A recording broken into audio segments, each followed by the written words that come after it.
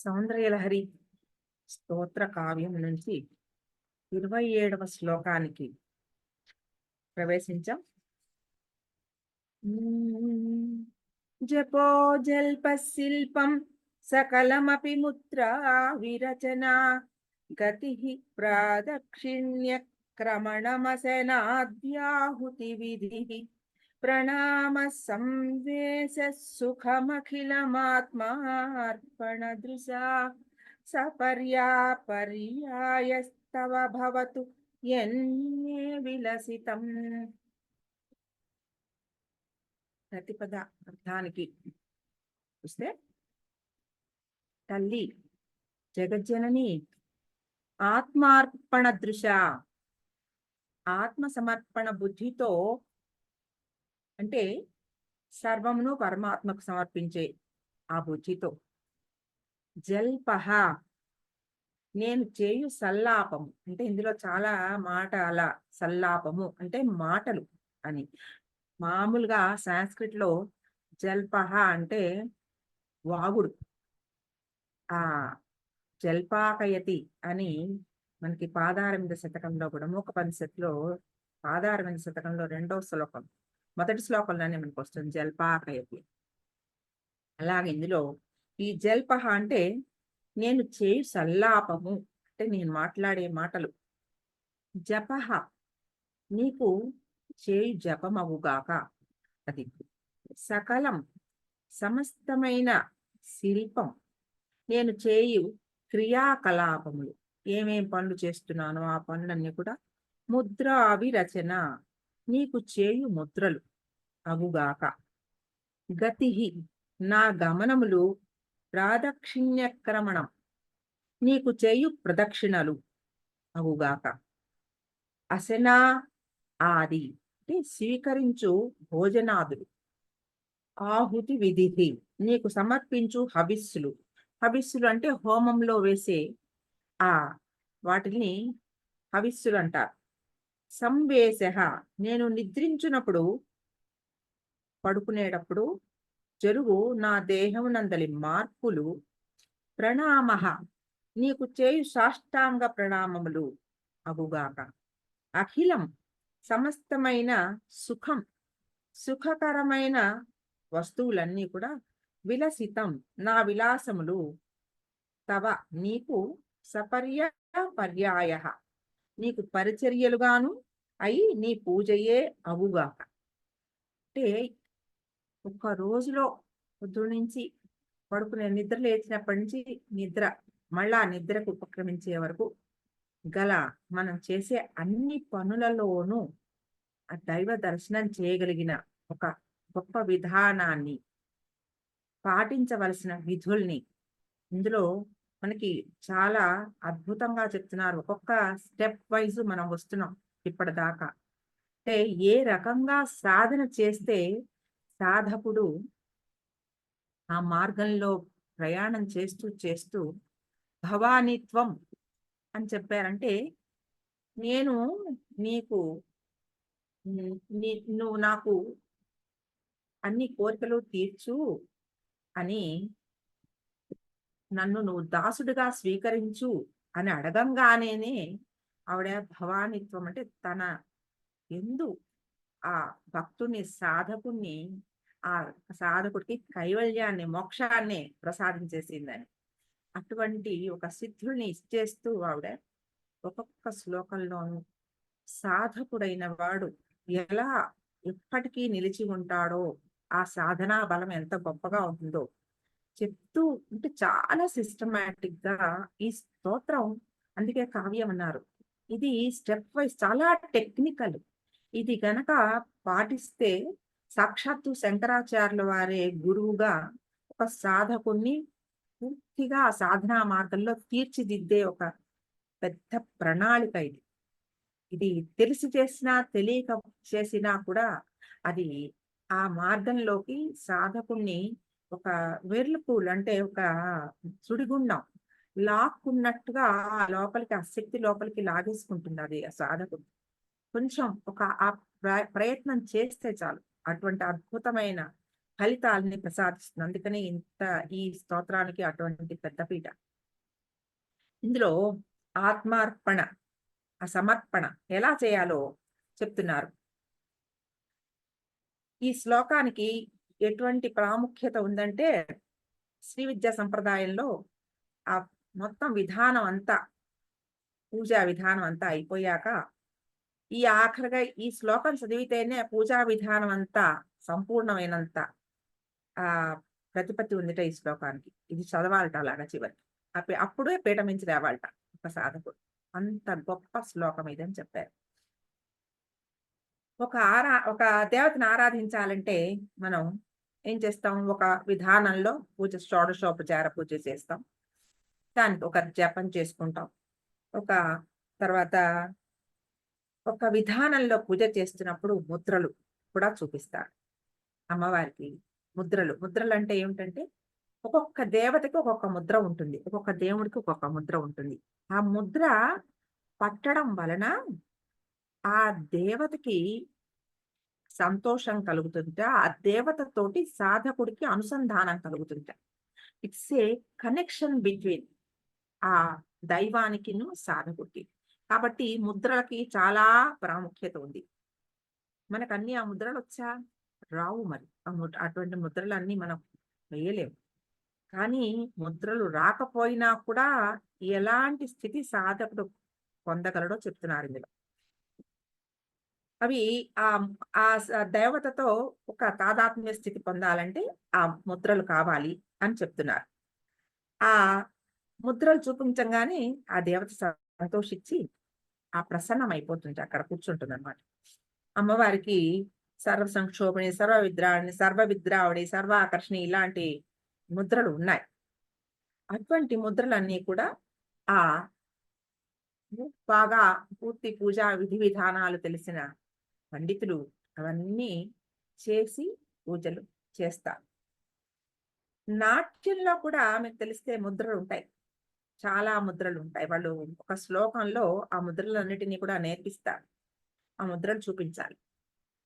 అంటే ముద్రలు అనేవి ఎందుకంటే చేతుల కదలికలు, ముద్రలు అంటే చేతుల కదలికలు. ఈ కదలికల వలన ఒక భావాన్ని చూపించగలుగుతాం అన్నమాట. ఎటువంటి భావం అంటే చేతి కదలికలతోటి మన మనసులోకొచ్చిన భావాన్ని పూర్తిగా ఎక్స్‌ప్రెస్ చేసేందుకు వీలు అయినది ఈ చేతి కదలికలు. అవే ముద్రలు. అంటే మనకి బాగా తెలిసిన ముద్రలేమిటంటే, బావుండండి. అమ్మవారి చేతినిచ్చేది కూడా అభయముద్ర, వరద ముద్ర. ఇవి మనకు తెలుసు. మనకు తెలిసినవంటే కొడతాను, జాగ్రత్త, ఒళ్ళు దగ్గర పెట్టుకునుండు. ఇలాంటివి మనకు తెలుసు. మనం అంటే ఈ వేలు ఇలా చూపించామంటే, మనం అది చెప్పకపోయినా దాని అర్థం అది. అంటే ఒక ముద్ర మన లోపల భావాన్ని వ్యక్తపరుస్తుంది. అంటే చేతుల కదలిక. ఆ కదలికలతోటి మనం అవతల వాళ్ళకి మన భావ వ్యక్తీకరణ చేస్తాం. అటువంటివి ఈ ముద్రలు. తర్వాత ప్రదక్షిణ పూజ చేస్తాం. అమ్మవారికి గంధం సమర్పణ, పుష్పాల సమర్పణ, తర్వాత అగరబత్తులు, తర్వాత మా నైవేద్యం, ఇవన్నీ షోడశోపచార పూజా విధానంలో ఇవన్నీ చేస్తాం. ఈ పూజా విధానం అంతా మామూలుగా ఓ గంటో 2 గంటలో ఎవరి యొక్క వాళ్ళ స్థితిని బట్టి, వాళ్ళ అవకాశాన్ని బట్టి కొంతమంది చాలా సేపు చేస్తారు. కొంతమంది దీపం పెట్టి, నైవేద్యం పెట్టి హారతిస్తారు అంతే. ఎలా చేసినా, ఏది చేసినా అక్కడికి ఉండవలసింది మనసే తప్ప, నువ్వు ఎన్ని గంటలు అక్కడ కూర్చున్నావు అనేది కాదు. అదే ఇందులో చెప్తున్నారు మనకి. ఇట్లా మరి ఇవన్నీ చెప్తున్నారు. ఇన్ని సర్వ సంక్షోభని, సర్వ విద్రాణి, సర్వాకర్షణ ఇవన్నీ చెప్పాను నేనిప్పుడు. వాటి ముద్రలు. మనకేం తెలుసు ఇవన్నీ ముద్రలు తెలియవే మనకి. ఇవన్నీ మనం ఏ గురువు దగ్గర వారి ముఖత మనం నేర్చుకోలేదు ఇవన్నీ. మరి నాకు ఇవేమి రావు ఎలా? ఒక సాధకుడు అనుకుంటాడు కదా! ఇవన్నీ తెలుసుకున్న చోట, ఒక చోట వాళ్ళు పూజ చేస్తూ ఉంటే, ఎక్కడికైనా మనం వెళ్లి చూసినప్పుడు, ఓహో! ఇలా చేయాలి గామోసు. మనకి ఏమీ రావు. మనం చేసే పూజా విధానం ఏమీ లేదు. మనం ఎందుకు పనికిరాము. మనకేం రాదు అని ఒక్కొక్కసారి నేనేం చేయలేను. అంత చేయలేను కాబట్టి అసలు పూర్తిగా మానేసి కూర్చుంటాం సరిపోతుంది అనిపిస్తుంది ఒక్కొక్కసారి. ఒక్కొక్కసారి అవన్నీ నేర్చుకుందాం అనిపిస్తుంది. కొంత నేర్చుకున్నాక మన వల్ల కాదనిపిస్తుంది. కాబట్టి అలా అనుకోకుండా ఈ విధానం మనకి చెప్పారు. చాలా సూక్ష్మంలో మోక్షం ఏమిటి? ఎలాగూ?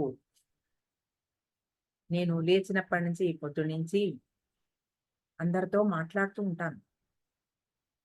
జల్పహ అన్నారు. వాగుతూనే ఉంటాం మనం. చాలా రకాలుగా అక్కర్లేని విషయాలు, అనవసరమైన విషయాలు, అవసరమైనవి కూడా మాట్లాడతాం అనుకోండి. మాట్లాడే ఆ విషయాలు నా నా జల్పహ ప్రతి మాట మీకు జరిగే ఒక పూజా విధానంలో మంత్రంగా ఒక మంత్రం ఉంటుంది గదా! అమ్మవారి పూజకి. నా మాటే మీకు మంత్రం అవుగాక. తర్వాత నేను రోజంతా ఏదో అటు ఇటు తిరుగుతూ ఉంటాను. గతి ప్రాదక్షిణ్య. అంటే నేను ఎవరినో కలవడానికి వెళ్తాను. వాళ్ళని వీళ్ళని ఏదో పనుంది. వాళ్ళ ఇంటికి వెళ్ళాలి. సో, నడిచి వెళ్తాను. నేను నడిచి వెళ్తున్నప్పుడు నేను నీ చుట్టూ ప్రదక్షిణ చేస్తున్న భావం నాకు ప్రసాదించు. నేను ఏ చోటకు వెళ్ళినా అక్కడ నీ దర్శనం చేసి నీకే నేను ప్రదక్షిణ చేస్తున్న భావనని నాకు ప్రసాదించు. తర్వాత జపో జల్పః శిల్పం. శిల్పం అంటే ముద్రలు. అంటే నేను వాళ్ళతో మాట్లాడడానికి నా చేతుల కదలికలన్నీ కూడా నేను వాళ్ళతో ఏది మాట్లాడినా, ఎలా మాట్లాడినా, ఆ మాట్లాడుతున్నప్పుడు నా చేతి కదలికలు ఇవన్నీ కూడా నీకు ముద్రలుగా భావించు. తర్వాత సకలమపి ముద్రావిరచన. గతిః ప్రాదక్షిణ్య. నేను ఎక్కడెక్కడికి వెళ్తున్నానో అవన్నీ కూడా నీ ప్రదక్షిణలుగా నేను భావించేలాగా నాకు అటువంటి ఆ భావాన్ని ప్రసాదించు. క్రమణం ప్రాదక్షిణ్య క్రమణం. అసన ఆద్యాహుతి విధిః. నేను నాకు లోపల ఉన్న ఆ జీవుడికి ఆకలేస్తుంది కదా! ఆకలేసినప్పుడు నేను తినే భోజనం ఏముందో, ఎప్పుడు ఏది తిన్నా, ఆ తిన్నదంతా కూడా నీకు ఒక హోమంలోకి వేస్తున్న హవిస్సులుగా, యజ్ఞంలో వేస్తున్న హవిస్సులుగా అవి నా ఆ ఆ ఆ భావాన్ని నాకు ప్రసాదించు. తర్వాత నేను తీసుకునే పానీయాలు, ఆహారం ఇవన్నీ గూడా పానీయమేమో ఆజ్యంగా ఆ హోమంలో వేసే నెయ్యి, ఆజ్యం అది లిక్విడ్ రూపంగా ఉంటుంది కాబట్టి అది. తర్వాత ఆ అన్నంగా వేస్తారు హవిస్సులు. అది నేను లోపలికి తీసుకునే ఘన పదార్థం. తర్వాత నెక్స్టు సుఖమఖిలం ఆత్మార్పణ దృష్ట్యా. సుఖమఖిలం. నేను శరీర సౌఖ్యానికి రకరకాల సపర్యలు చేసుకుంటూ ఉంటాను. నేను ఇలా ఉంటే కూర్చోలేను. నాకలా ఆనుకోవడానికి కావాలి.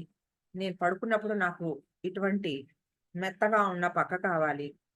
తర్వాత నడిచేందుకు వీలుగా నా కాళ్ళకి ఇటువంటి మెత్తటి పాదరక్షలు కావాలి. తర్వాత శరీరానికి వేసుకునే వస్త్రం శుభ్రంగా, మెత్తటిగా నాకు సుఖాన్నిచ్చేట్టుగా ఉండాలి. నా ఒంటి మీద నేను వేసుకున్న ఆభరణాలు ఇవన్నీ కూడా నేను, నేను ఏమేం చేస్తున్నానో నా ఆనందం కోసం, శరీర సౌఖ్యం కోసం నేను ఏమి చేస్తున్నానో వీటన్నిటికీ కూడా నా లోపల నిన్ను దర్శించి ఇవన్నీ నీకు నేను చేసే సపర్యలుగా నువ్వు భావించు. అలా నీ పూజగానే దీన్ని నువ్వు భావించి నన్ను అనుగ్రహించు తల్లి అని చెప్తున్నారు. అంటే ఇప్పుడు దీన్ని మనం వక్ర భాష్యం చెప్పుకోవడానికి చాలా వీలు. ఏది చేసినా, ఏ పిచ్చ పని చేసినా, ఏ తప్పు చేసినా ఆవిడ నాకు తోపిచ్చింది నేను చేస్తున్నాను. ఏది చేసినా దైవ భావమే గదా!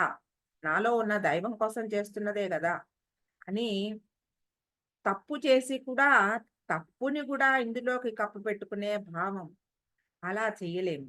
ఎందుకంటే నీ లోపల ఒక దైవాన్ని నువ్వు ప్రతిష్ఠించుకున్నప్పుడు నీకు ఆ త్రికరణ శుద్ధి లోపల నుంచి వచ్చేస్తుంది. కాబట్టి ఏది చేసినా అది ఒక అద్భుతమైన పనిగానే మారుతుంది తప్ప ఏది పడితే అది, ఎలా పడితే అలా చేయలేవు. ఇంక నీ లోపల నువ్వు ఒక దైవాన్ని సందర్శిస్తూ ఉంటే, ఏదో ఎక్కడో దైవం ఉన్నాడు నేనేం చేసినా చూడట్లేదులే అనుకుంటే అది నీ కళ్ళే దైవానికి సంబంధించినవి, నీ చెవులు దైవానికి సంబంధించినవి ఇవన్నీ కూడా నువ్వు అలా అనుకుంటున్నప్పుడు, నీ చుట్టూ అంటే you are always under surveillance ఇప్పుడు. ఇంకా ఎప్పుడు ఒక వీడియో కెమెరా వెళ్ళిపోతూ ఉంటుంది.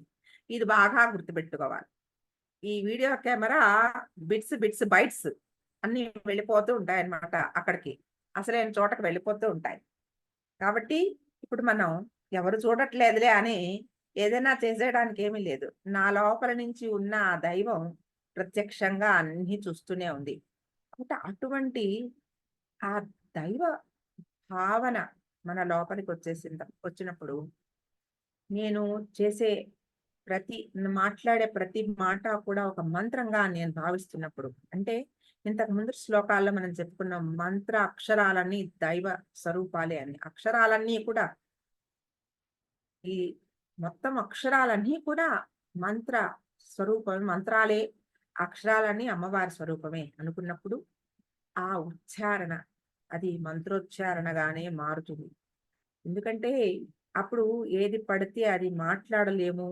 చాలా అనవసరమైన ఆ వాచాలత్వం ఉండదు. అక్కర్లేని తప్పుడు మాటలు రావు. ఎవరిని తిట్టలేము. ఎవరిని గురించి చెడుగా మాట్లాడలేము. ఎందుకంటే నా నాలిక మీద సరస్వతీదేవి కూర్చుని ఉంది. ఆవిడ ఆ అక్షరాలను పలికిస్తోంది. పలికించాలి అనుకున్నప్పుడు ఇంతకు ముందర శ్లోకాల్లో కూడా నేను చెప్పాను మీకు. ఒక మాటకి ఒక శుద్ధత, వాక్ శుద్ధి వస్తుంది. వాక్ శుద్ధి వచ్చిన తర్వాత వాక్ సిద్ధి వస్తుంది. వాక్ శుద్ధి తర్వాత వాక్ సిద్ధి అంటే మనం ఏది అంటే అది అయిపోయే ఒక అద్భుతమైన ఒక సిద్ధి అది. అటువంటి వాక్ సిద్ధి వచ్చిన తర్వాత పిల్లల్ని కూడా ఎలా పడితే అలా, ఏది పడితే ఆ మాట చాలాసార్లు నేను చెప్పాను. ఏదంటే అది కోపం వచ్చిందని ఏమీ అనకండి.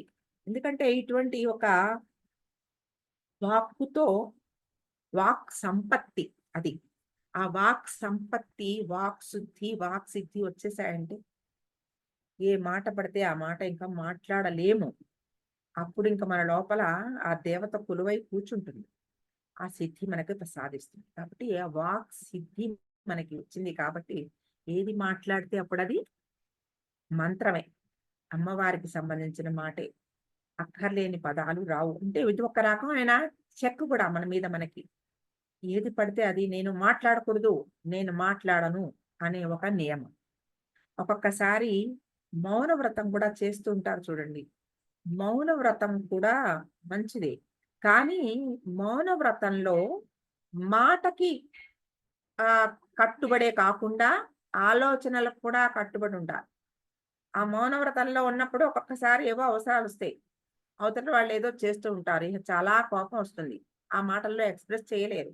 కళ్ళల్లో చూపిస్తారు, మొహంలో చూపిస్తారు, వికృతంగా మొహం చూపిస్తారు. అవి కూడా మౌనానికి సంబంధించినవే. ఆలోచనల్ని కూడా మౌనంగా పెట్టుకోవాలి. వేటికి కోపం తెచ్చుకోకూడదు. అప్పుడే అది మౌనం సిద్ధిస్తుంది తప్ప, ఆ ఆలోచనలన్నీ చేసేస్తూ ఒక్క మాటని మాత్రం అది కూడా కంట్రోలు. కానీ 2 కలిపి చేసింది ఇంకా అద్భుతమైన ప్రక్రియ. అటువంటి ఒక వాక్ శుద్ధి కావాలి. అటువంటప్పుడు అది జల్పః. అప్పుడు నేనేది అది వాగుడు కాదు. మంత్రం. అది నేను ఏది చెప్తే అది మంత్రం అవుతుంది. తర్వాత నేను అందరితో మాట్లాడేటప్పుడు నేను చేసే చేష్టలన్నీ కూడా ముద్రలే. అమ్మవారికి ముద్రలే. అప్పుడు నేను ఎవరితో అయినా మాట్లాడుతున్నా వాళ్ళలో దైవాన్ని నేను చూడగలిగినప్పుడు ప్రపంచమంతా దైవమయంగా ఆ బ్రహ్మమయంగా నాకు కనపడుతున్నప్పుడు నా చేతులు అవతల వాళ్ళని ఆ రకమైన అభినయాలను చెయ్యవు. నేను ఈ వేలు చూపించడాలు కానీ, కొడతానని గాని, ఇలాంటి మాటలు ఇటువంటి చేష్టలు రావు. అన్నీ మంచి చేష్టలే వస్తాయి. కాబట్టి అవన్నీ కూడా ముద్రలుగాను, నా నడకలన్నీ ప్రదక్షిణాలుగాను, నేను లోపలికి ఆ ప్రదక్షిణాలు అనుకున్నప్పుడు మనం అక్కర్లేని ప్లేసులకి వెళ్ళం. అటువంటి చోట్లకి వెళ్ళం. తర్వాత నేను చేసే లోపలికి నేను వేస్తున్నదని హోమంలో హవిస్సులు అనుకున్నప్పుడు, నా లోపల ఉన్న జఠరాగ్నికి నేను వేసే హవిస్సులు అనుకున్నప్పుడు, అక్కర్లేని చెత్త మనం లోపలికి వెయ్యం.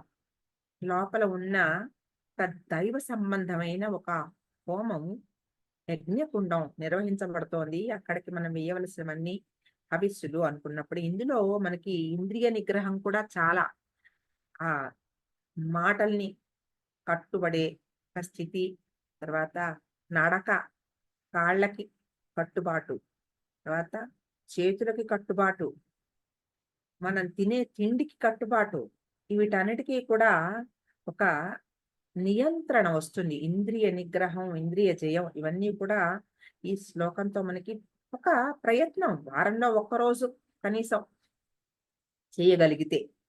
తర్వాత నేను నా శరీరానికి నేను చేసుకునే అన్ని సుఖ సపర్యలు అన్నీ కూడా అమ్మవారికి సంబంధించినవి అనుకున్నప్పుడు, నాలో ఒక దైవాన్ని నేను చూడగలుగుతాను. అలాగే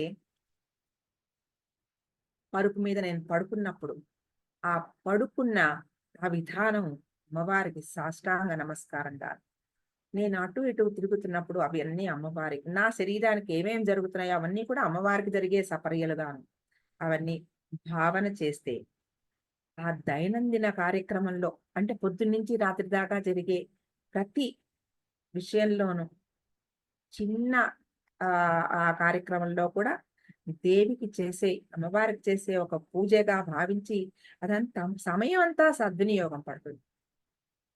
నేనేదో ఒక గంట పూజ చేసేసుకున్నాం, అరగంట పూజ చేసేసుకున్నాం, గబగబా నేను చదవాల్సిన పారాయణలన్నీ పూర్తి చేసేసుకున్నాం. ఆ తర్వాత ఇంకా టైం అంతా నా చేతిలో ఉంటుంది. ఇవన్నీ మనకి కొంచెం నియమం, కట్టుబాటు ఉన్నాయి కదా! మనం చేయాల్సిన పారాయణం అన్నీ చేసుకోవాలి. పారాయణ చేసేసుకున్నామంటే ఇంకా ఆ టైం ఆ రోజుకి హమ్మయ్య! ఫ్రీ అయిపోయింది. ఇప్పుడు ఎన్ని ఫోన్‌లైనా మాట్లాడొచ్చు, ఎవరితో అయినా మాట్లాడొచ్చు. ఎంతసేపైనా నేను టైంని వృధా చేసుకోవచ్చు. మొన్నెవరో ఒక ఆవిడ అడిగింది, నాకు పొద్దున్నే జపం చేసుకోవడం అవ్వటం లేదు. చాలా పనులుంటున్నాయి. ఆ పనులన్నీ అయ్యాక తర్వాత చేసుకుంటున్నాను. రోజంతా నాకు కొంచెం చేసుకోలేకపోతున్నానని ఒక చింతగా ఉంటోంది. అంటే అదే చింతన. ఒక రకంగా నేనింకా చేసుకోలేకపోతున్నాను, నేనింకా చేసుకోలేకపోతున్నాను, పూజ చేసుకోవాలి, లేకపోతే నేను జపం చేసుకోవాలి, నేనింకా పారాయణ చేసుకోవాలనే ఒక భావన ఉంటుంది.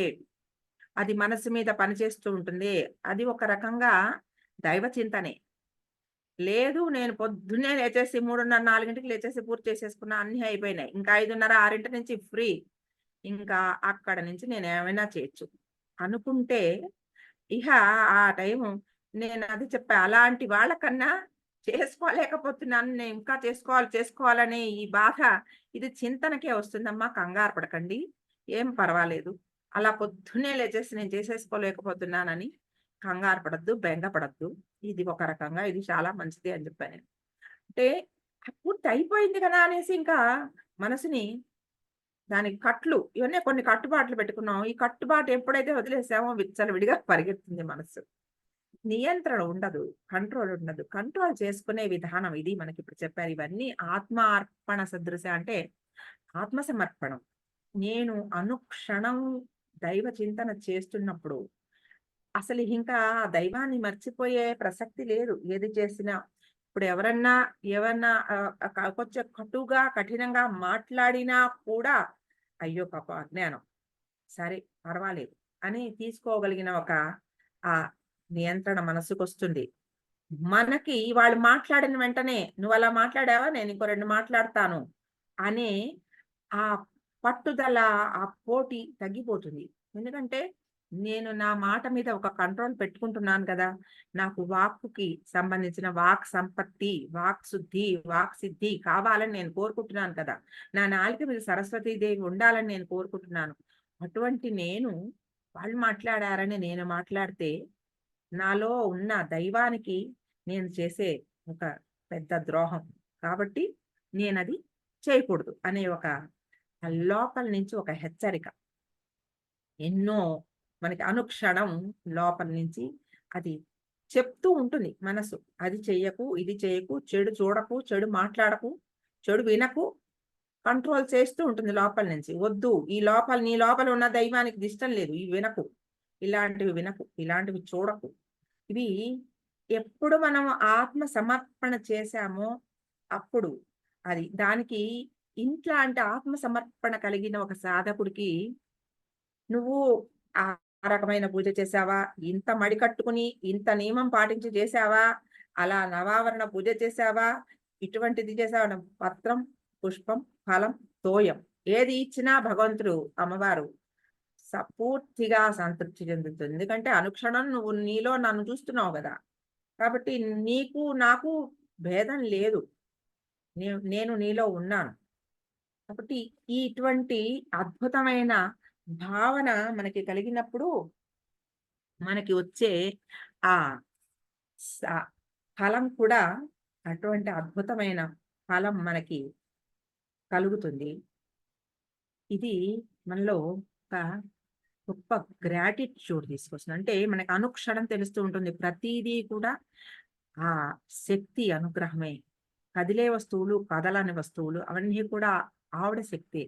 ఇటువంటి ఈ శక్తిని నేను అనుక్షణం నాలోనూ, నా చుట్టూ ఉన్న ప్రతి పదార్థంలోనూ, ప్రతి జీవి యందు నేను చూడగలిగితే, అదే అంతకు మించిన ఇంకా వేరే గొప్ప తాదాత్మ్య స్థితి ఇంకోటి లేదు.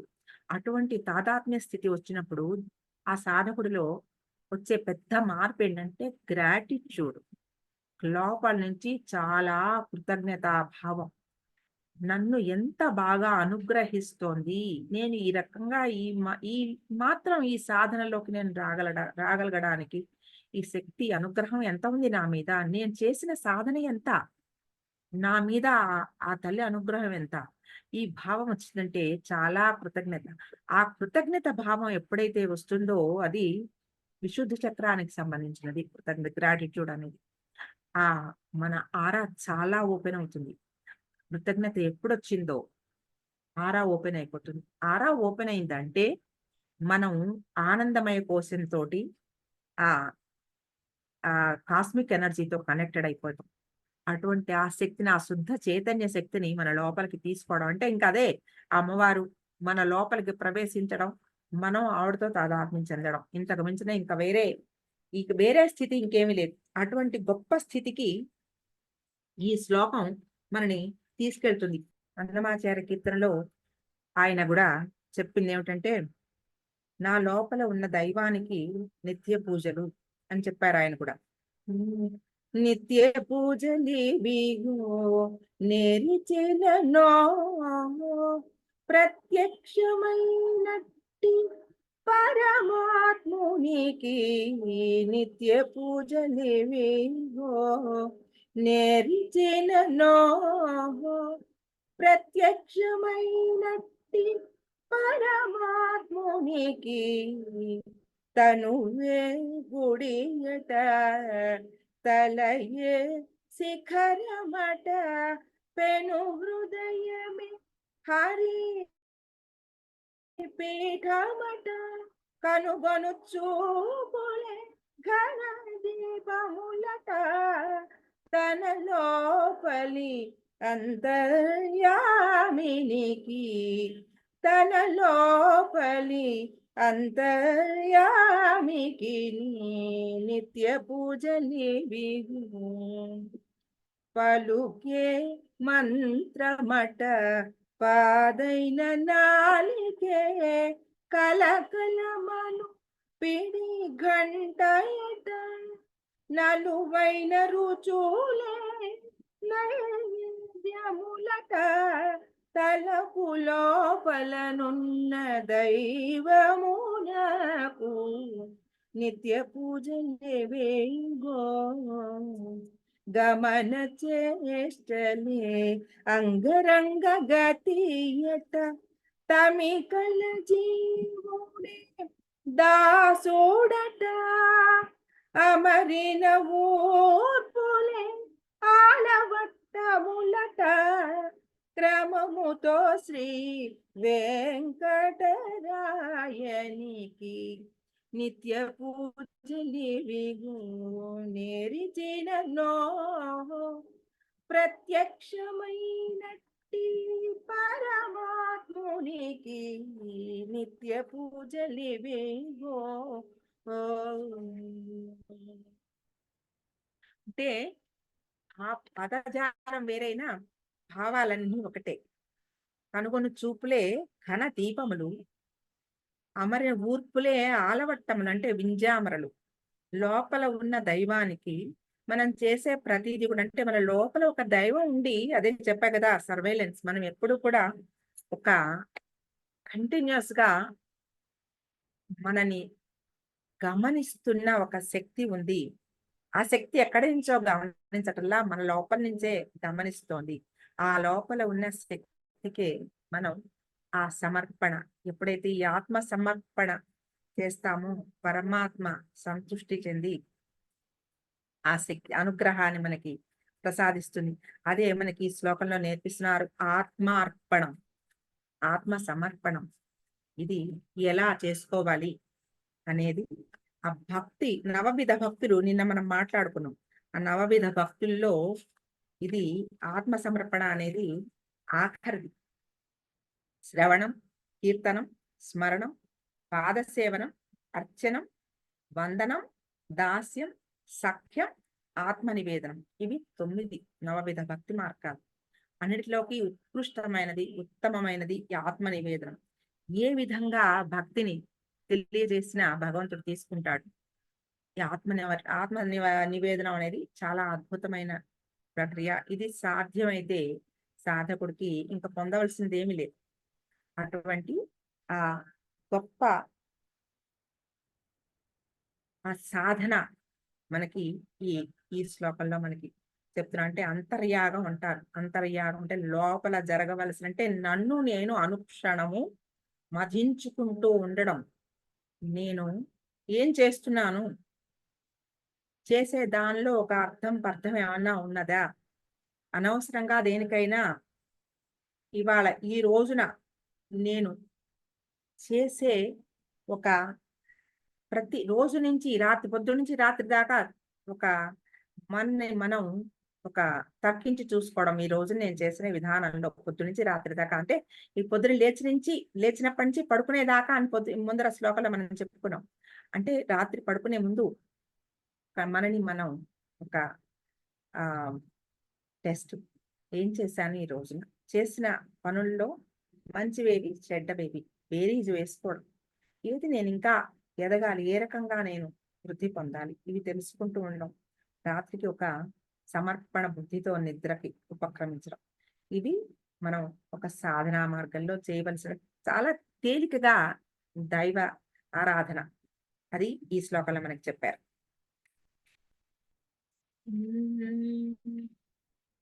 జపో జల్పశిల్పం సకలమపి ముద్రా విరచనా గతి ప్రాదక్షిణ్యక్రమణమసనాద్యాహుతి విధి ప్రణామ సంవేశ సుఖమఖిలమాత్మార్పణ దృశా సపర్యాపర్యాయస్తవ భవతు యన్మే విలసితం.